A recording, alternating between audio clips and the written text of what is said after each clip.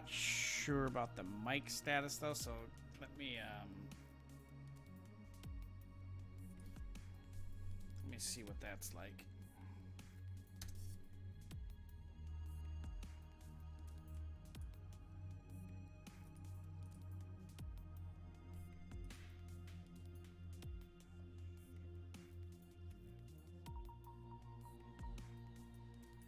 Alright, that's really quiet. Just playing the... Hold on. Just turning off the music right now and making sure that I can hear stuff correctly.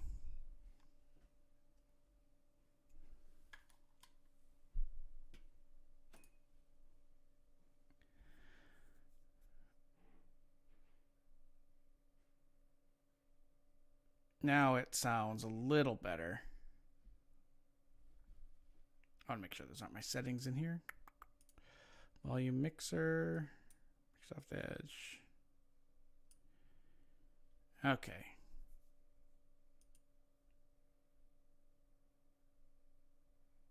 I think we're good. Yeah, that sounds great. Cool. Now I can just mute that. There we go.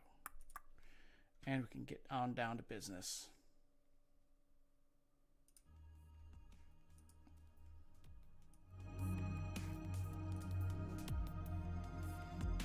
Sweet.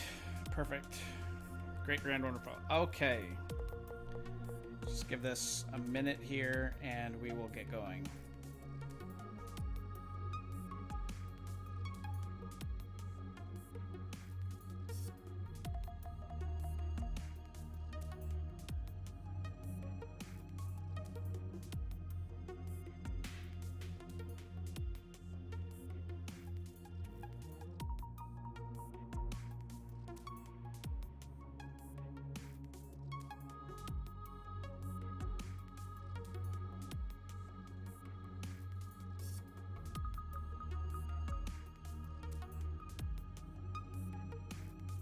Okay, let's do this.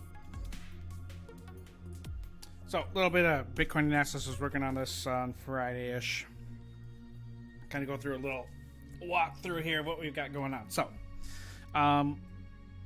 Bitcoin, obviously the biggest player, continues to hit record market caps in the cryptocurrency space. And the entire cryptocurrency space is continuing to expand. Unless you've had your head under a rock since 2018. 2019 has been a major expansion phase, major accumulation phase, and we are nearing a breakout. We did, on certain exchanges, we hit new all-time highs, like marginal new all-time highs, like within $100 or a couple $100, depending on the exchange. So we've had some really nice growth across the board here. So, again, Bitcoin represents the single greatest wealth generating opportunity of the past 2 centuries. That's not an exaggeration. It is probably the greatest wealth generating opportunity. Greater than that, but we'll just go back 2 centuries. It is an established new asset class, and a lot of the professional fiduciary money remains prevented from actively participating in this. And oddly, conservative estimates by industry experts place Bitcoin at $700,000 per Bitcoin over the next 10 years. I know that seems a little weird. I know that seems a little like, oh, that's impossible. Is it though? I won't go over why that isn't, okay? But because it is very, very, very doable. And the 300,000 target by the end of 2021, also very easy to do. Let's just take a look at some facts here, okay? Bitcoin has lost more than 70% of its value 7 times, forgotten S there, in the past 10 years. All right, it's lost greater than 80% of its value 4 times in the past 10 years. And so we're measuring that from all-time highs, the major areas of all-time highs that we've had. So Bitcoin loses value a lot, which is great for investors. It is a gift that keeps on giving. So This right here is a picture of Bitcoin's weekly chart from July 2010 through December 2020. And this is kind of highlighting some of those big major drops that it's experienced in a single move. So you've got a negative 72% wipe in October of 2011. October of 2010. You had the high in early April 2012, and then we had the Mt. Gox high in 2013, which resulted in a very fast, like nearly 100% wipe in value. That was promptly bought up, and it took a long time. We're going to go over that. We're going to go over length of time that it took, because it took a long time for Bitcoin to return to that prior all-time high at the Mt. Gox high. And then we get into 2017, where we saw it get up to close to 20K before it had an 84% drop. I basically went from December to December, like December 17th of 2017 to December 18th of 2018. I mean, it was just one full year of nonstop drops. And that move in December of 2017 to December of 2018, that represented the most bearish and the most bearish price action that Bitcoin has ever experienced. And I say that because of how long it lasted and how consistent the drawdowns lower were. It was easily the most painful. Psychologically, it was the most painful, and that is actually what matters most. I mean, the psychological impact of that bear market from 2017 to 2018 is the biggest one. So if you've been in the space since then and you're still here, you're doing okay. Now, it's major reversals. This is really important stuff. Bitcoin's average reversals are normal for Bitcoin, okay? But if it was anything else, it'd be in the realm of stupid. And here's the thing, like, a retracement of 50% is normal in any instrument. However, that occurs over a period of decades and years. All right, you will see that happen infrequently over years and years and decades. So in the stock market, stocks that are retracing 50% of their move from their prior all-time high, those things happen, but they do not happen often. Bitcoin, they happen pretty frequently. I mean, this is almost silly, and I'm going to show you here. Okay, this is what we've got going on, and I can hear myself. Oh, hold on.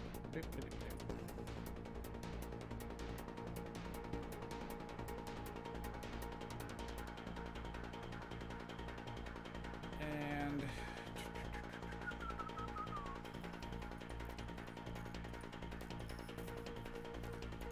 okay, so this is Bitcoin's weekly chart from December. Same thing, actually. This July 2010 through December of 2016.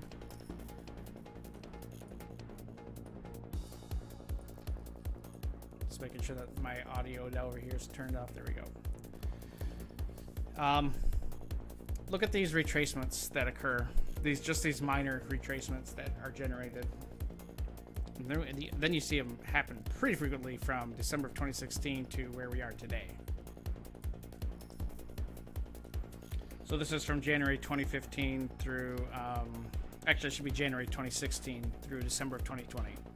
Especially that run up in 2016 to December of 2017, you had these fairly consistent, 35 to 40% drops. And I didn't do like really any of the retracements higher because those are pretty much the same, but this is a fairly standard behavior that Bitcoin experiences, and one that you should expect it to continue to do. Okay, buying and holding works, but it is not efficient for an instrument like Bitcoin. Okay, traditional buy and hold works for Bitcoin. Okay, the dollar cost averaging like you do in the stock market works just fine. It's inefficient. Why is it inefficient? Because you're missing out on a whole metric crap ton of opportunities.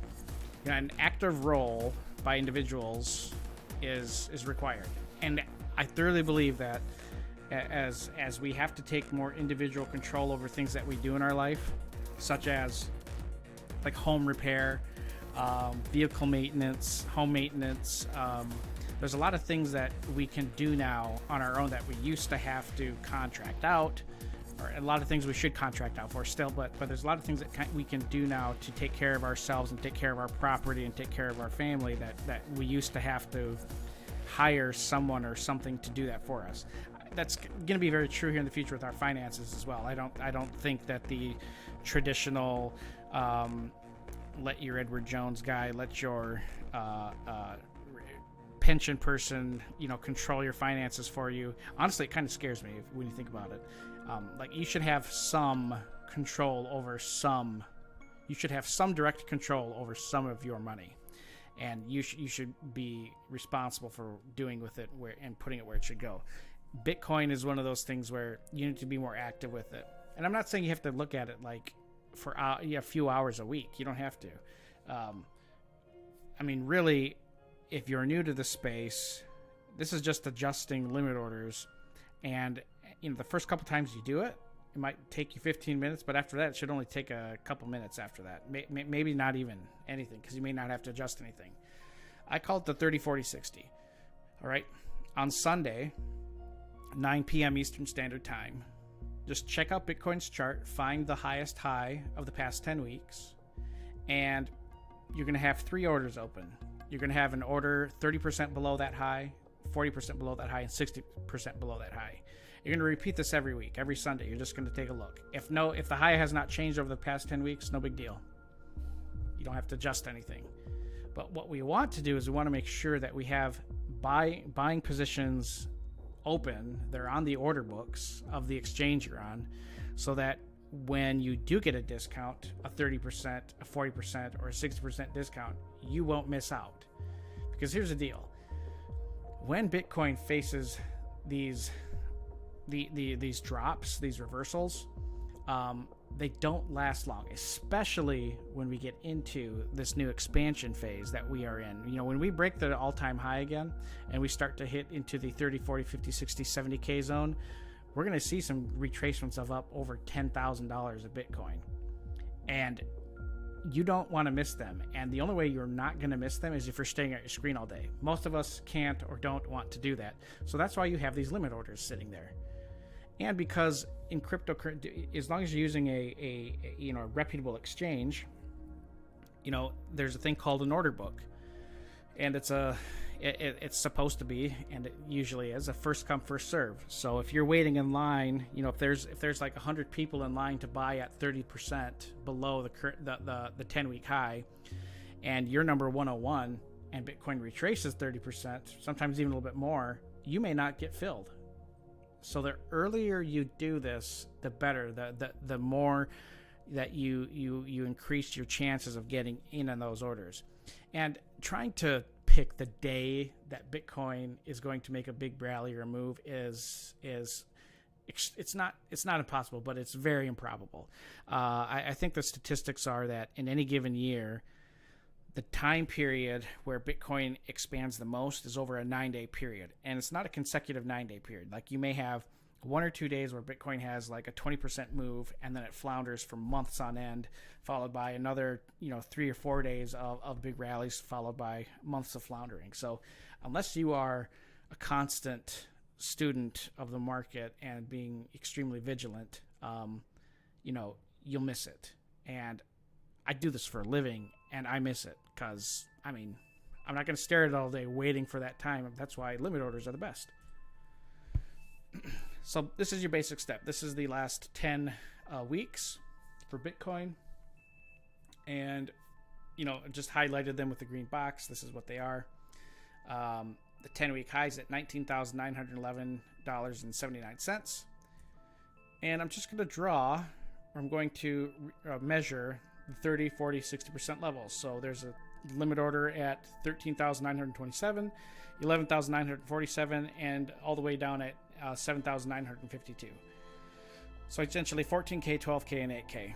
Those are your 30, 40, 60% moves. And these are based off of logarithmic positions, not logarithmic measurements, not linear measurements. If you look at my scale to the right, or if you look at the chart over here, you'll see that you can see the numbers on the right, the price scale, they look kind of squeezed together.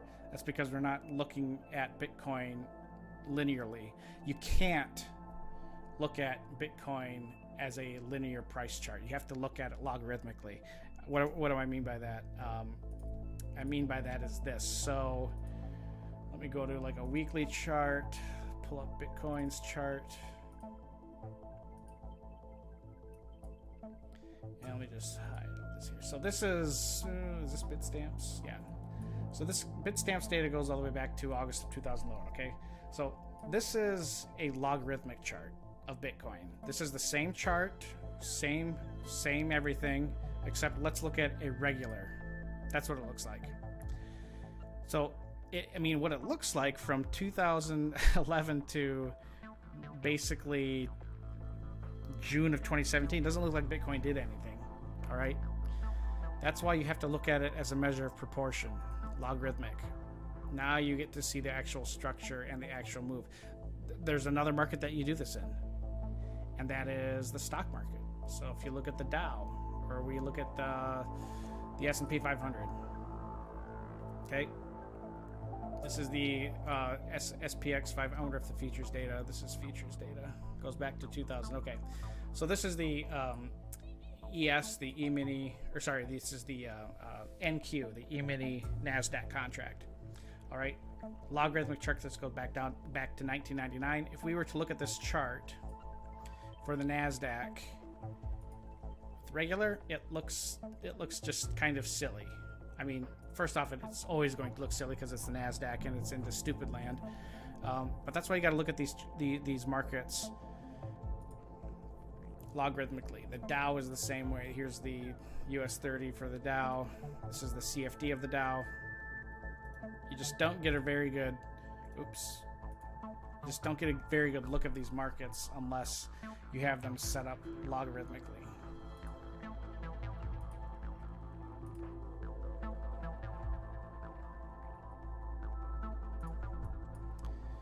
All right, now, if you are wondering how do you figure out what's 30% below without having to use a calculator, well, TradingView they have a free version, and TradingView is great. It is awesome. It is very easy and simple to use. I know that's easy for me to say because I've been using it, but if y'all, learn how to use chart software, and it's not very hard. It looks daunting because there's a lot of stuff on it, but otherwise, trading. I used to laugh at TradingView, probably up until like 2015, but because TradingView, now TradingView is getting on par with some like professional charting software. It is really doing a very good job of pretty much taking over the space for the retail trading environment. I don't think they'll ever take over like Optima or MotiveWave, or certainly not Bloomberg, but as far as ease of use and access, I like it. So price range, let's see. I know that the 10-week high for Bitcoin is over here. I'm going to use a tool called price range, and I'm going to start at the high. I'm just going to drag this down, all right? And where it says negative 30%, that's what I want to do. All right, that lets me know what the level is at. And then I can just make those changes as I go. So here's 40%, and then the 60% move.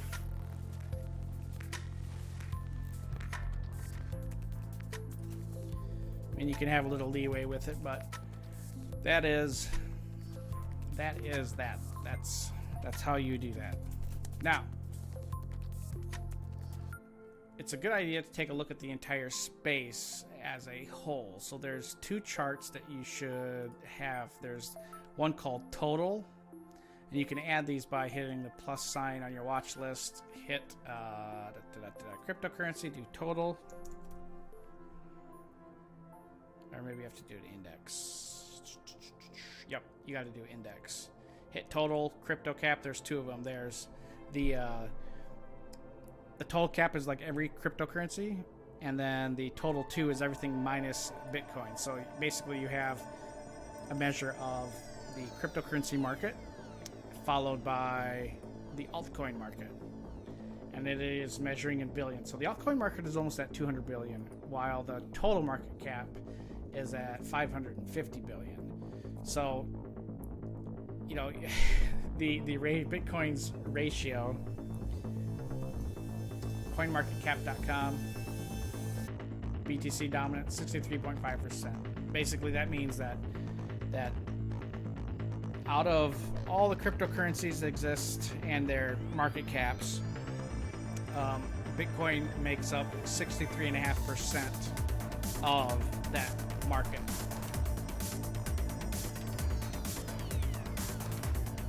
And we can look to see how its market capitalization has been over the years. So BTC's dominance this is in June of 2017. At one point, now this is something that they called the flippening. I don't know if it's still a thing, but there was something called the flippening, and it was when you had basically anticipating Ethereum overtaking Bitcoin in market cap. So you had, at one point, Bitcoin is only at 37.84% of the market, while Ethereum was at 31.17%. Pretty tight. Then you get all the way over to January of 2018, these major lows, where Bitcoin is still in the mid-30s. Everything else is like down below, though. I don't even know why they have Tether on here, because Tether, folks, if you're looking for the top cap, I mean, looking for the by market capitalization, meaning that this is how much they are worth. It's like what the market cap of like Apple or Walmart market cap is a good measure of strength, health, dominance. And you typically want to focus on the things that have the highest market cap. So in cryptocurrencies, in descending order, we go starting at number 1, we go to Bitcoin at 1, Ethereum at number 2, Ripple at 3. Tether, I wish you could filter that out, because Tether it's a quote cryptocurrency, but it's a stable coin, so it represents dollars, and really I don't think that should even be included in there, but that is number 4, so let's just kind of pretend it's not there. So we've got Litecoin at 4, Bitcoin Cash at 5, Chainlink at number 7, Chainlink at number 6, Cardano at number 7, Polkadot at number 8, Binance Coin. Binance Coin is also kind of a stable coin. It is Binance's own transactional coin, so I mean, you could add that one or not add that one. And then we have, let's just exclude it. So in 9th place, then we'd have Stellar, USD coin, also stable coin, and then we have Bitcoin Satoshi's Vision. This is Craig Wright's coin. Ooh, Monero's actually starting to creep up there quite a bit. And then below, like, none of these are actually really that awful either. I mean, Monero, I think, is probably one of the most important cryptocurrencies that exist, because it is a privacy coin. Then you have EOS, which is I don't like EOS. EOS's intent was to become decentralized, have a totally decentralized network. It's decentralized like the Russian economy is decentralized. It's an oligarchy. All right. Wrapped Bitcoin. We could spend a whole session on those. NEM, Tron, I don't really like it. Of course, I said there's nothing wrong with a lot of these. There are some things that I think are wrong with it. Tezos is great. Crypto.com, it was actually pushing up there, but what happened, the only reason that Crypto.com is down at 21 is because their CRO token, they used to have another token, MCO, but CRO, you could put it in their crypto earn, and you could get 12% per annum on depositing their CRO tokens. Of course, that is just not a sustainable thing. So, I mean, what happened to CRO once they said, we're not letting you earn that much on there anymore. Let's just take a look. So CRO, it tanked. I mean, it didn't tank. It went bye-bye.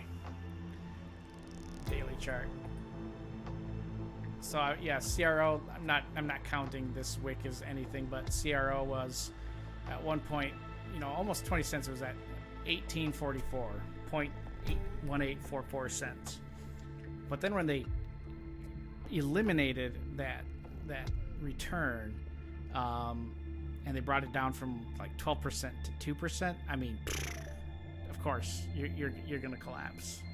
It's trying to find some support, but that's ultimately what happened. CRO's token is really only valuable because of that interest return.